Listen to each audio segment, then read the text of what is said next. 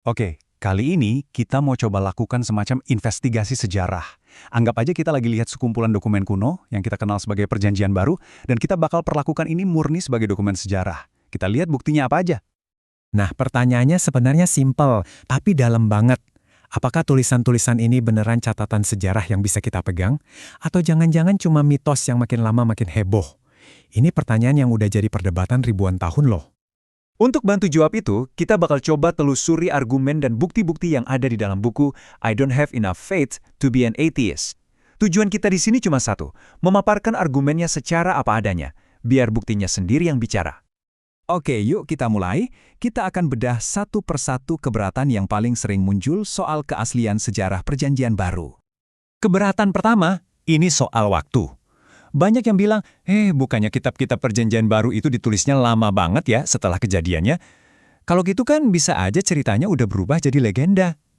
Nah, pertanyaannya, seberapa lama sih jeda waktunya? Para skeptis biasanya bilang jeda 15 sampai 40 tahun itu kelamaan. Katanya kesaksian jadi nggak bisa diandalkan. Tapi coba deh kita pikirin. Sejarawan zaman sekarang aja bisa nulis dengan akurat soal peristiwa yang terjadi puluhan tahun lalu kan? Seringnya mereka juga ngandelin sumber dari saksi mata. Nah, ini salah satu bukti utama yang sering dipakai buat bilang kalau penulisannya itu lebih awal dari yang dikira. Namanya argumen dari keheningan. Gini deh, bayangin ada buku tentang World Trade Center yang sama sekali nggak nyebutin tragedi 911. Pasti kita mikir, oh buku ini ditulis sebelum tahun 2001. Logikanya sama. Di seluruh perjanjian baru, nggak ada satupun yang nyebutin soal hancurnya Yerusalem di tahun 70 Masehi. Padahal itu peristiwa super besar. Jadi dugaannya kuat banget kalau kitab-kitab itu ditulis sebelum tahun 70.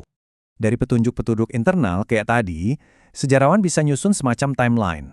Misalnya, surat-surat Paulus itu diperkirakan dari tahun 50-an. Terus, kitab Kisah Para Rasul itu nggak nyebutin kematian tokoh utamanya, yaitu Paulus dan Yakobus. Jadi, kemungkinan besar kitab itu selesai ditulis sebelum tahun 62 Masehi. Nah, karena Kisah Para Rasul itu lanjutannya Injil Lukas, berarti Injil Lukas ditulis lebih awal lagi kan? Jadi, kalau dihitung-hitung, sebagian besar tulisan ini dibuat cuma dalam rentang beberapa dekade setelah peristiwanya terjadi. Oke, jadi buktinya nunjukin kalau kesaksiannya ditulis cukup awal. Tapi, gimana soal salinannya? Kan kita nggak punya dokumen aslinya. Nah, ini kita masuk ke keberatan berikutnya. Seberapa akurat sih salinan yang kita punya sekarang? Kalian pasti pernah dengar analogi ini. Kayak main bisik berantai gitu. Idenya, setiap kali sebuah naskah disalin pakai tangan, pasti ada aja kesalahan kecil yang muncul. Nah, kalau proses ini terjadi ratusan tahun dengan ribuan salinan, pesannya masih sama nggak ya sama yang asli? Untuk jawab itu, kita butuh pembanding. Yuk, kita lihat gimana perjanjian baru kalau diadu dengan karya-karya kuno lain yang diakui sejarawan, misalnya tulisan Plato atau Iliadnya Homer. Kalau kita ngomongin jumlah salinan naskah perjanjian baru dalam bahasa Yunani asli yang masih ada sampai sekarang, jumlahnya itu banyak banget. Ada lebih dari 5.700 naskah. Sekarang, coba kita bandingkan angka ini sama yang lain. Lihat deh bedanya. Jauh banget kan? Iliadnya Homer yang ada di posisi kedua, itu cuma punya sekitar 650 salinan. Karya-karyanya Plato cuma 7.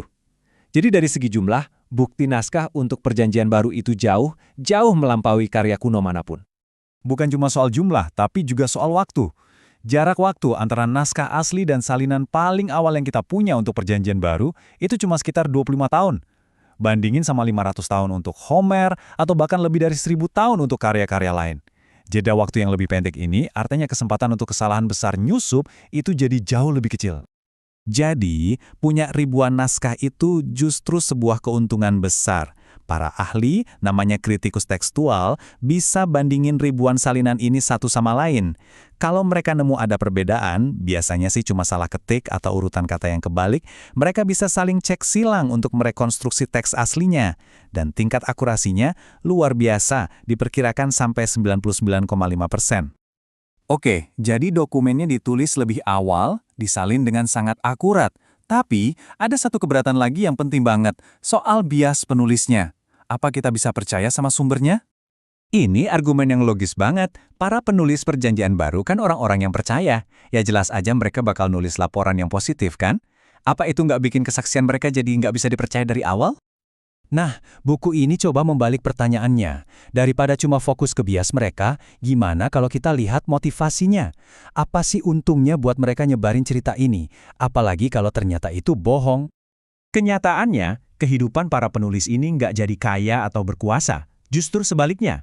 Kesaksian mereka malah bikin mereka dikucilkan, dianiaya secara brutal, disiksa, dan akhirnya dihukum mati. Nah, ini dia poin kuncinya. Orang mungkin aja mati demi sesuatu yang mereka yakini, padahal keyakinan itu salah. Tapi pertanyaannya, adakah orang yang mau sengaja mati demi sesuatu yang mereka tahu itu bohong, kebohongan yang mereka ciptakan sendiri? Nah, ini perbedaannya fundamental banget. Jadi, setelah kita bahas soal waktu, soal penyalinan, dan soal bias, apa dong kesimpulan yang ditawarkan buku ini? Argumennya begini, kalau perjanjian baru diuji pakai standar yang sama dengan dokumen kuno lainnya, dia justru terbukti sangat kuat. Kesaksiannya ditulis lebih awal, proses penyalinannya akurat, dan para saksi matanya nggak punya motif yang masuk akal untuk berbohong. Dan pandangan ini bukan cuma dipegang sama para teolog loh. Sir Frederick Kenyon, ini seorang ahli naskah kuno yang sangat dihormati dan mantan direktur British Museum, dia sampai pada kesimpulan yang sama, murni berdasarkan bukti bibliografis aja. Dan ini membawa kita ke pertanyaan terakhir. Pembahasan kita kali ini udah menjabarkan argumen-argumen soal keandalan historis dokumen-dokumen ini. Jadi kalau kita bisa percaya bahwa dokumen ini akurat, pertanyaan selanjutnya adalah apa implikasi dari apa yang mereka katakan? Nah, itu pertanyaan yang saya tinggalkan untuk kalian renungkan.